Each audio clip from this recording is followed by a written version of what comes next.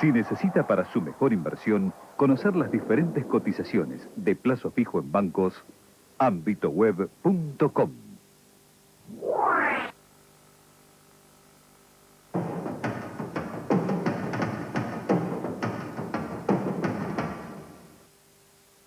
En tierra zapatista, cerca de la Ciudad de México, Rivera creó su obra maestra. En la capilla secularizada de la Universidad de Chapingo, pintó un himno a la tierra y a la revolución.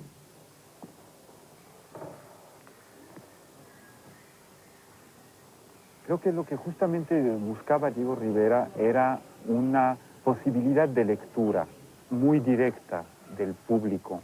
Eso es lo que estuvo buscando. De ahí la recuperación, la reinterpretación de toda una cantidad de símbolos muy fáciles de reconocer, como puede ser el hombre saliendo de la mina en una actitud como de crucificado. En este lugar representa un himno a la fecundidad, donde aparece además el mismo cuerpo de Zapata enterrado y del que brota la naturaleza de nuevo. Rivera busca el mito más que la religión. Y hasta cuando usa símbolos que están cerca del cristianismo, los usa como símbolos folclóricos básicos.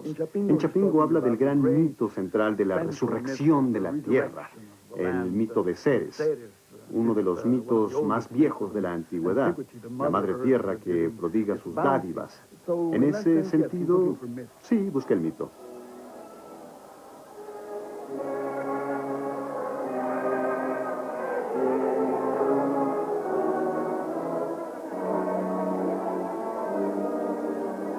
El papel del artista en la sociedad, biológicamente, es un papel de nutridor, de proporcionador de alimento. Así como el campesino proporciona alimento para el aparato digestivo, y lo proporciona el ganadero, y lo proporciona el horticultor, el artista proporciona alimento para el sistema nervioso.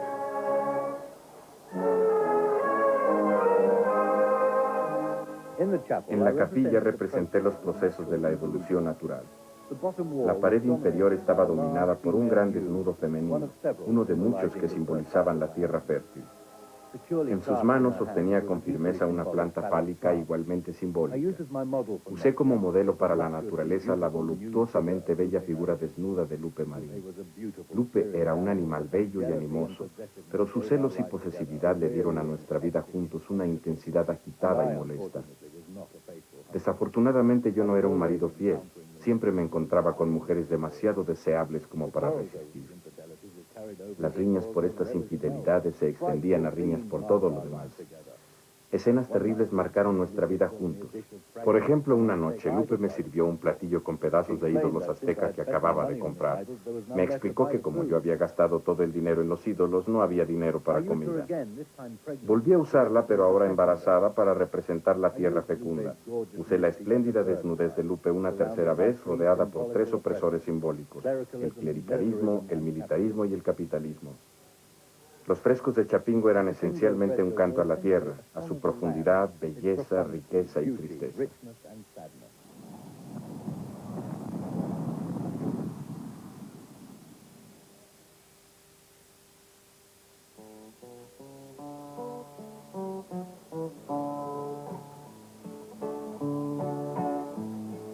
Todo es un mismo partido, ya no hay con quién pelear. Compañeros, ya no hay guerra, vámonos a trabajar. Unión es la fuerza santa de todito el mundo entero. Paz, justicia y libertad y gobierno del obrero.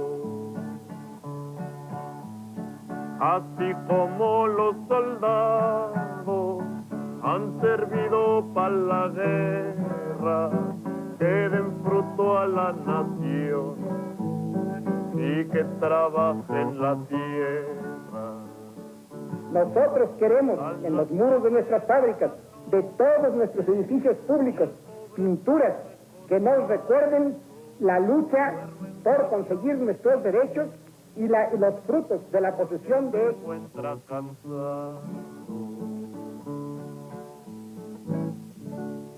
Había mucha gente en el mundo que ni siquiera consideraba a Diego Rivera un artista importante debido a su evidente compromiso ideológico.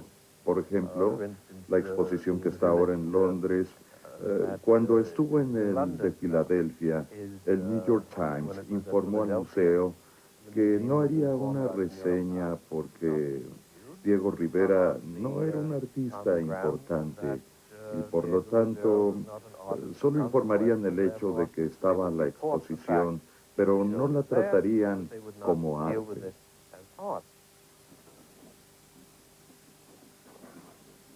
Lázaro, 1 de mayo.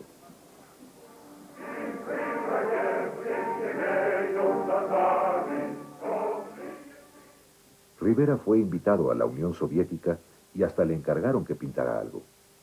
Pero debido a diferencias políticas con el régimen, nunca empezó. Los camaradas rusos que había conocido en París volvieron a Rusia después de la revolución, pero no pudieron convencer a las masas de que aceptaran el cubismo o el constructivismo como el arte del proletariado. Desafortunadamente, quienes lograron el aplauso del público no fueron los pintores nuevos, sino los viejos y malos pintores académicos.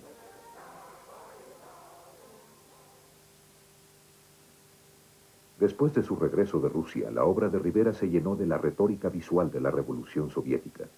Retrató a su nueva esposa, la pintora Frida Kahlo, con una camisa roja y repartiendo armas a los rebeldes. Pero era el lenguaje artístico del marxismo romántico, no el estilo impuesto del realismo socialista. De pronto, Stalin se erguía en el horizonte y con Stalin se anunció la muerte de esta gran revolución cultural en Rusia. Eso tenía que afectar a los artistas de todo el mundo. Solo era cuestión de tiempo para que alguno de ellos denunciara lo que ocurría en la Unión Soviética o solo combatiera o se adhiriera a ello en nombre de mayores objetivos políticos. Pero, claro, Rivera era un anarquista, como somos casi todos en México. Hay una profunda vena anarquista en el país. Creo que pensó que él era una veleta en estas cosas y se debatía, como muchos otros hombres del siglo XX han tenido que hacerlo, entre su instinto de libertad y anarquía y su lealtad a un principio, a una causa, a la disciplina. Ustedes entenderán fácilmente si empiezo este breve discurso en mi imperfecto español con un vehemente llamado al pueblo mexicano y al hombre que, por su mérito y valor, lo dirige, el presidente Cárdenas. Mi familia y yo fuimos monstruosa y absurdamente acusados cuando mi esposa y yo acudimos al gobierno noruego y no pudimos defendernos. El gobierno mexicano nos abrió las puertas de este maravilloso país y nos dijo: aquí ustedes podrán defender libremente sus derechos y su honor.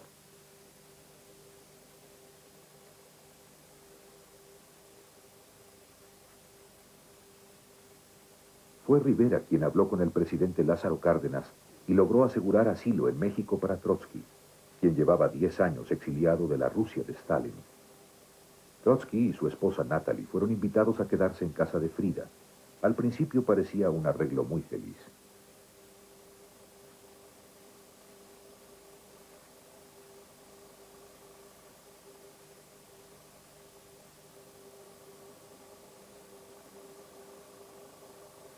Al principio fue una relación muy importante, sobre todo desde el punto de vista de formación teórica de Rivera y de crecimiento de sus concepciones artísticas. Y lo mejor que escribió Rivera políticamente fue la etapa en que estuvo bajo la influencia de Trotsky, que dependía mucho de esa relación. Él rompe con Trotsky por diversas razones. Primero, por cuestiones personales, de los cuales uno puede solo tener hipótesis, la relación de Trotsky con Frida Kahlo. Rivera jamás admitió que los celos hubieran intervenido en su disgusto con Trotsky. Las diferencias políticas entre Trotsky y yo habían hecho imposible cualquier relación amistosa. La última vez que nos vimos, Trotsky se enojó tanto conmigo que me echó de su casa. Antes de eso había dicho que no podía entender, a juzgar por mi política, porque yo no era uno de los mejores amigos de Stalin.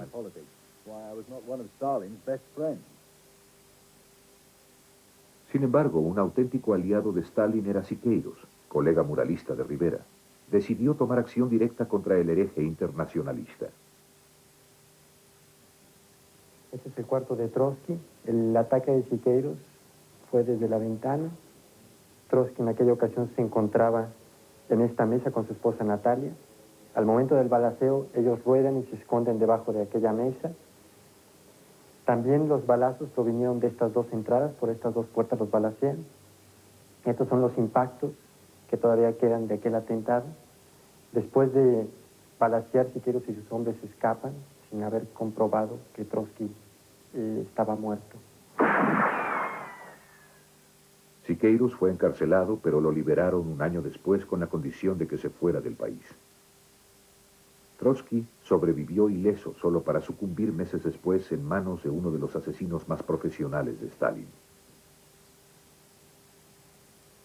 Aparte de ser un pintor irritantemente exitoso y financiado por el régimen, las simpatías trotskistas de Rivera pusieron al Partido Comunista en su contra y fue expulsado. O más bien, ya que en ese entonces era secretario general del partido, lo obligaron a expulsarse a sí mismo. Respondía con más provocación, andaba armado, buscaba enfrentarse, no rehuía nunca la polémica, porque era una personalidad muy contradictoria, porque no se sujetaba a ninguna disciplina, porque provocaba a la derecha y porque el Partido Comunista nunca admitió su actitud libre o independiente.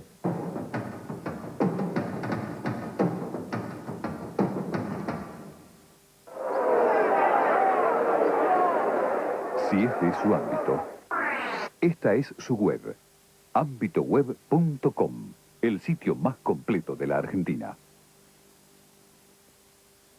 ¿Quiere la factura? No, gracias, estoy apurado. Che, patrón, hoy nos hicimos un 20. Le hicimos trampa al país. ¡Qué capo! No deje que le hagan trampa al país. No permita que le roben. Pida siempre su factura. Informes 0800-999-2347. El tesoro inédito de Atahualpa Yupanqui en la voz de los más grandes artistas. Yo tengo tantos hermanos. Un tributo excepcional. La imagen y el pensamiento del maestro son un regalo de alternativo americano.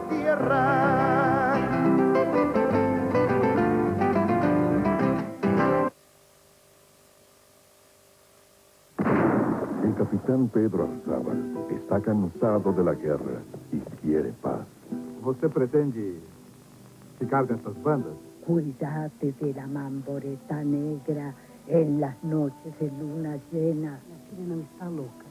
Está poseída. Señorita Leonor. Usted no puede dejar de ver esta película en la primera coproducción del Mercosur, el comienzo de una nueva era. Este martes, a las 11 de la noche, la conversación es con la adorable China Zorrilla. En cuanto a los hijos de fulana de tal, que era una mujer malísima, terminaron como era de imaginarse, los hijos de la mujer tan perversa. El hijo mayor cometió un crimen y lo mataron en la guillotina. El segundo hijo varón se hizo contrabandista y lo balearon en la frontera. La tercera de las mujeres se hizo prostituta y la cuarta se dedicó al teatro. Todo al mismo nivel. El asesino, el contrabandista y la prostituta. Apunte la cita, apunta. Este martes, a las 11 de la noche, China Zorrilla en La Conversación. Por Canal 7, Argentina.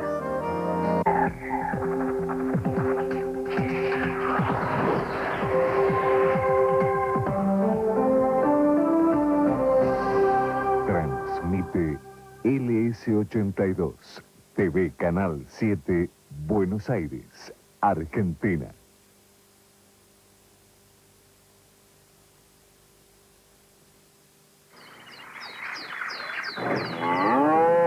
Si este es su ámbito, esta es su web, ambitoweb.com, el sitio más completo de la Argentina.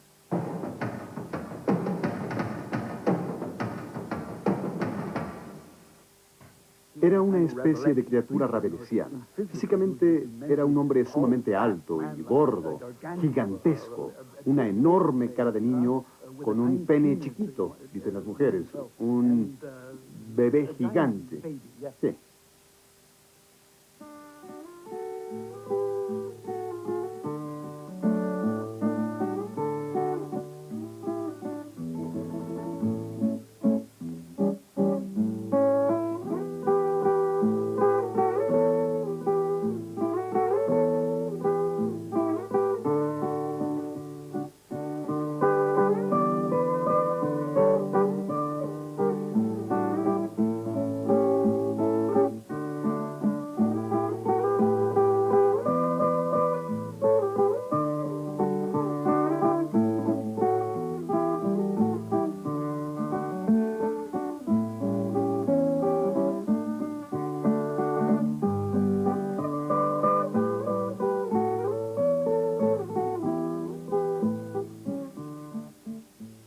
Quizá es de esperarse que me lamente de mi sufrimiento al vivir con un hombre como Diego. Amo a Diego tanto que no puedo ser una observadora objetiva de él ni de su vida. No puedo hablar de él como mi esposo, porque refiriéndose a él, el término es un absurdo. Nunca ha sido ni será el esposo de nadie. Tampoco puedo hablar de él como mi amante, porque para mí trasciende con mucho el terreno sexual. Y si intento hablar de él solo como un alma, únicamente terminaré pintando mis propias emociones. Rivera no le era fiel a nada, sino a su pintura, y tampoco podía proporcionar seguridad económica, pese a su fama como muralista, simplemente no redituaba. En 1931, Rivera pintó murales transportables para una exposición individual en el Museo de Arte Moderno de Nueva York, incluyendo Frozen Assets, una muestra de rascacielos, los acorralados desempleados de la depresión y los ricos en sus bóvedas bancarias subterráneas.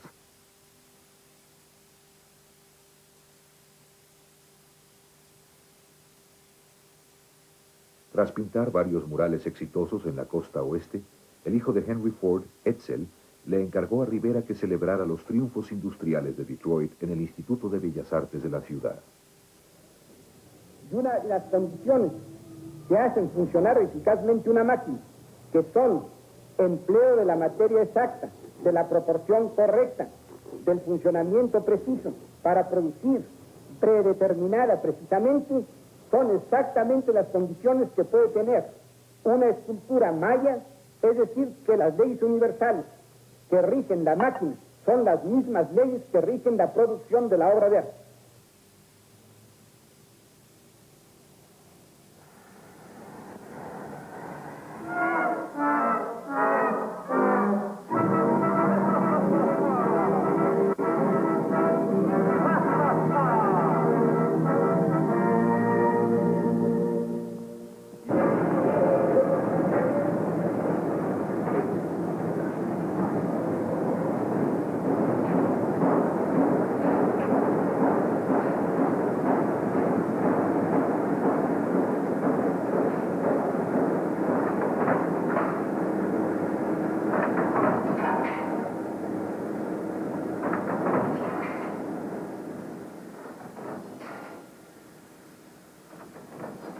Para Rivera parecía no haber contradicción entre sus principios comunistas y aceptar los $25.000 de honorarios que le dio Edsel Ford, cuyo padre era el capitalista arquetípico y uno de los hombres más ricos del mundo.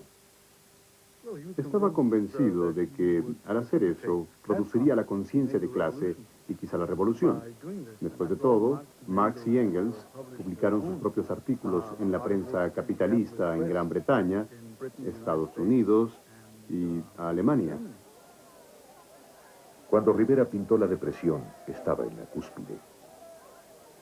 ¿Por qué no plasmó en las paredes las cosas bastante desagradables que la policía de Ford les hacía a sus trabajadores en ese momento, cuando él estaba pintando en Detroit? Simplemente les disparaban cuando se ponían en huelga y no hay huella de esto en el muro. Entonces, ¿se trata del artista que se somete a la sensibilidad de su benefactor o del artista que piensa en función de la naturaleza del mural, como una imagen permanente en la pared del museo local? ¿Conmemoras la atrocidad o conmemoras el ideal que se espera impondrá un estándar de valores que evitará la atrocidad en el futuro?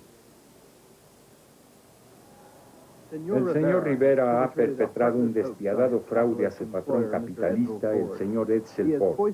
Ha impuesto un manifiesto comunista al señor Ford y al museo. Lo que hicieron fue invitar a una delegación local de ministros y clérigos.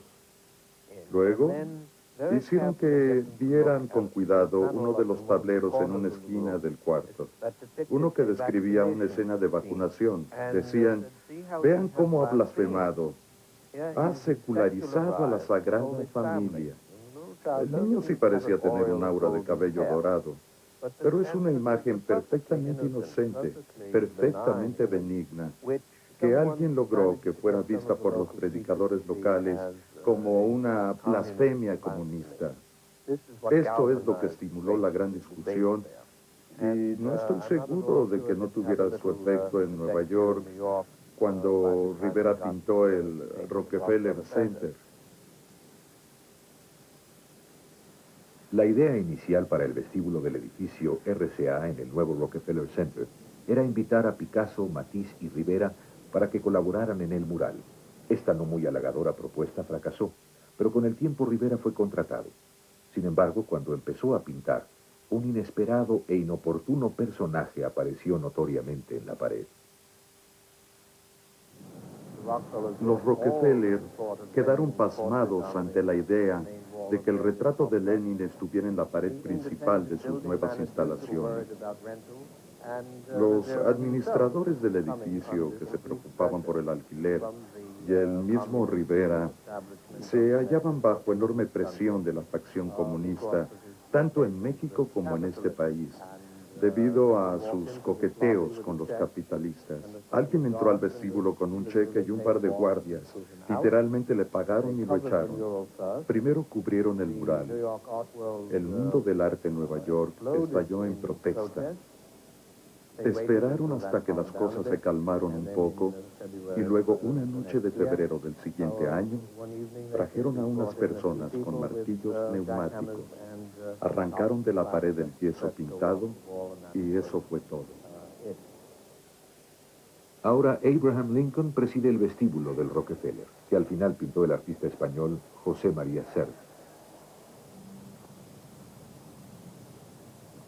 De regreso en la Ciudad de México, Rivera realizó una especie de venganza al recrear el mural en el Palacio de Bellas Artes, completo con el retrato de Lenin. El hombre en la encrucijada mira hacia el futuro con esperanza y una visión elevada. Rivera agregó una cabeza de Rockefeller que está peligrosamente cerca de unos gérmenes de la sífilis que están en la cercana visión microscópica.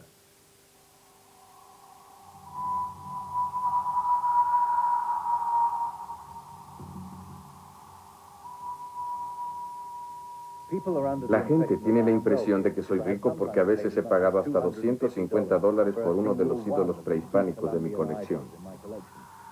Pero a menudo cuando he hecho tal tipo de compra, el resultado ha sido que he tenido que escatimar en nuestras necesidades. Frida me regañaba porque no tenía dinero para comprar cosas prosaicas como ropa interior. Hasta este momento ya he gastado más de $50,000 en mi museo y aún no está completo. Empezó a coleccionar arte prehispánico y comenzaron a comprar pieza por pieza. Llegó a tener 15.000 piezas extraordinarias, algunas de ellas. Cuando volvió de Estados Unidos en 1935, él y su esposa, la gran pintora Frida Kahlo, decidieron construir un edificio para los ídolos. Él diseñó el edificio y luego lo construyó Juan O'Gorman, otro extraordinario pintor y arquitecto mexicano. Pero Diego Rivera dirigió todo.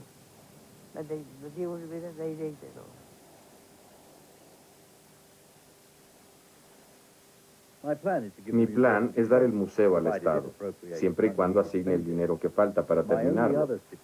Mi otro requisito será que me permitan supervisar la construcción final. Si no puedo llegar a un arreglo satisfactorio para ambas partes, dinamitaré el edificio con mis propias manos antes que permitir que le den algún uso estúpido que nada tiene que ver con el propósito para el que lo diseñé.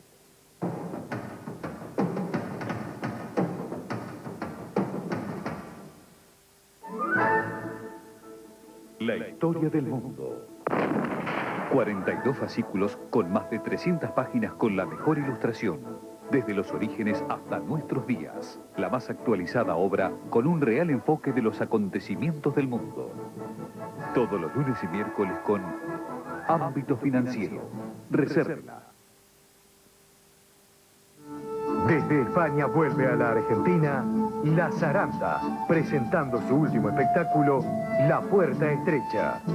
Del 24 de julio al 9 de septiembre en el Teatro Liceo. Funciones de martes a viernes a las 21, sábados a las 22 y domingos a las 20. La Zaranda. Adquiere sus entradas en el teatro. Auspicia Canal A. Quiero que mi voz el río cruce sin nadar. El chaqueño palavecino en el Luna Park. En tu boca mordí la manzana, carmín del deseo y la... El sábado 8 de septiembre presenta su nuevo disco, La Ley y la Trampa. El chaqueño palavecino en el Luna Park. Estás en Canal 7 y no sos el único. Nos estamos viendo.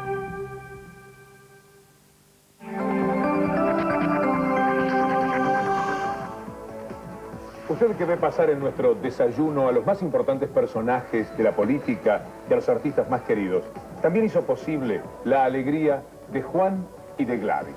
Y ahora Juan y Gladys vuelven a sus pagos Maquinchao. Y nosotros estaremos allí esperándolos con nuestro desayuno. Y además en Desayuno Servicios, Agenda y Pepe Pompín, claro. A las 7 de la mañana lo estamos esperando aquí en Canal 7 Argentina. Más que noticias.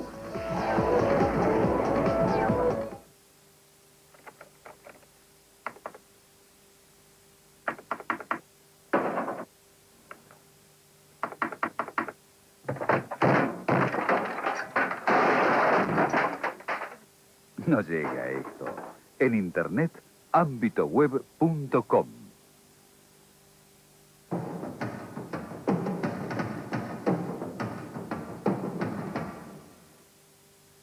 En su obra posterior, Rivera se interesó cada vez más en el mundo indígena, anterior a Colón y Cortés. Pintó paisajes de civilizaciones prehispánicas que parecían ofrecer modelos para una sociedad ideal. Pero las escenas utópicas de Rivera no eran menos románticas que sus ideales del México moderno.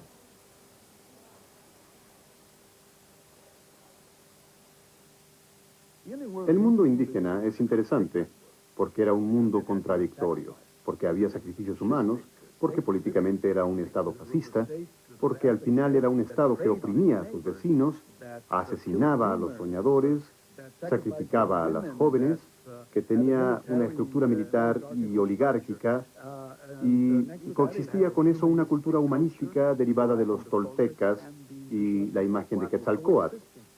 Por eso es tan interesante, porque es complejo. Por eso la colonia española en México es interesante, porque es compleja, porque es luz y sombra. Rivera nos da una visión maniquea del mundo, el bien y el mal, no luz y sombra.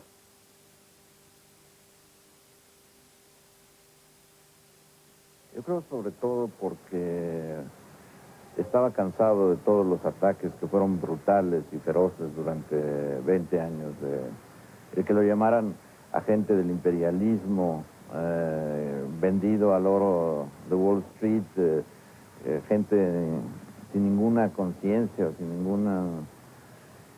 ningún espíritu revolucionario. El trotskismo era una secta muy combatida y muy aislada, y un hombre como Rivera no podía estar en una secta mucho tiempo, necesitaba espacios más amplios, y por eso volvió al Partido Comunista. Pesadilla de guerra, sueño de paz, pintado para una exposición en París en 1952, expresaba la aversión a la política de las potencias occidentales en Corea. No fue aceptado oficialmente. Se temía ofender a los gobiernos amigos con su presentación de Mao y Stalin como pacificadores. Pero varios amigos organizaron una exposición extraoficial, tras la cual el mural fue enviado a China. Nunca volvió a ser visto. El Rivera que conocí en 1953 ya era un hombre con el cáncer, que ya estaba en tratamiento del cáncer. Era un hombre que sabía que tenía poco tiempo de vida y seguía ejerciendo lo que era la manía, trabajar compulsivamente. Se trepaba al andamio y se pasaba a veces 12 y 14 horas sin bajar. Lo único que lo hacía bajar del andamio, y lo estoy diciendo sin ninguna exageración, era cuando le decían: Frida lo llama, maestro. Cuando Frida Kahlo lo necesitaba, interrumpía la tarea, bajaba e iba junto a su lecho de enferma. Después de Frida, todo lo demás era trabajo.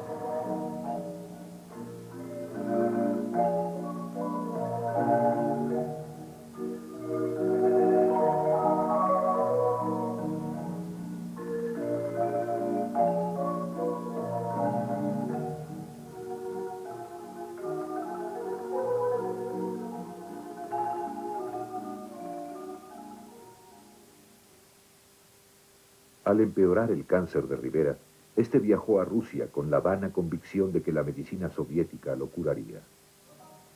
Intenté sintetizar el significado de mi vida. Me di cuenta de que nunca había vivido lo que comúnmente se llama felicidad. Para mí, felicidad siempre ha tenido un sonido banal, como inspiración. Felicidad e inspiración son palabras de aficionado. Todo lo que podía decir era que los momentos más felices de mi vida eran los que había pasado pintando. Casi todos los demás habían sido aburridos o tristes. Cuando tenía que interrumpir mi pintura para pasar días cortejando a una mujer, era infeliz por la pérdida de un tiempo que nunca recuperaría. En ese momento mis dedos y yo sentíamos un cosquilleo porque queríamos empezar el próximo mural. Cuando Rivera murió y fue velado en este Palacio de Bellas Artes, fue una manifestación popular. No eran exclusivamente intelectuales ni figuras públicas gubernamentales. Lo acompañó el pueblo.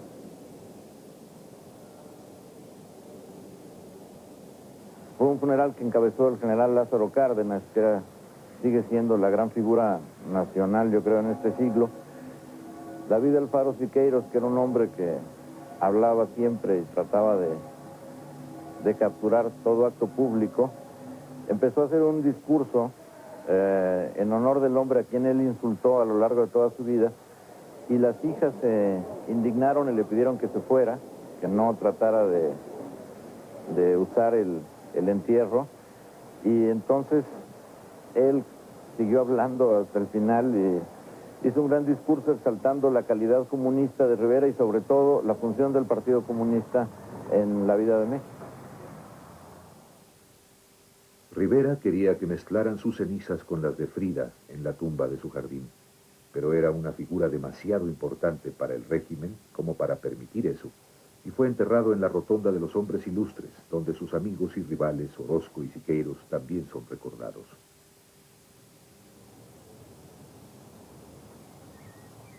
Ha intentado fosilizarlo y momificarlo como lo hará siempre con los grandes artistas, pero no creo que haya tenido demasiados resultados, porque hay una parte de Rivera que no lo permite, que es demasiado fuerte su presencia como para que eso se logre. La posibilidad de que Rivera sea fosilizado, y creo que eso ya pasó, y creo que quienes criticamos a Rivera somos sus mejores amigos, por eso. Pues era un personaje tan polémico y creo que habría aborrecido volverse un ícono al morir. habría querido seguir provocando discusiones y escándalos. Creo que al discutirlo le rendimos el mejor homenaje, mientras que al arrodillarnos ante el gran santo pintor no le hacemos ningún honor. De algún modo está vivo y sigue vivo en la cultura de México porque aún lo discutimos. Él criticaba la sociedad y nosotros también debemos criticar a Rivera. Creo que esa es la esencia del arte y la política en una sociedad libre.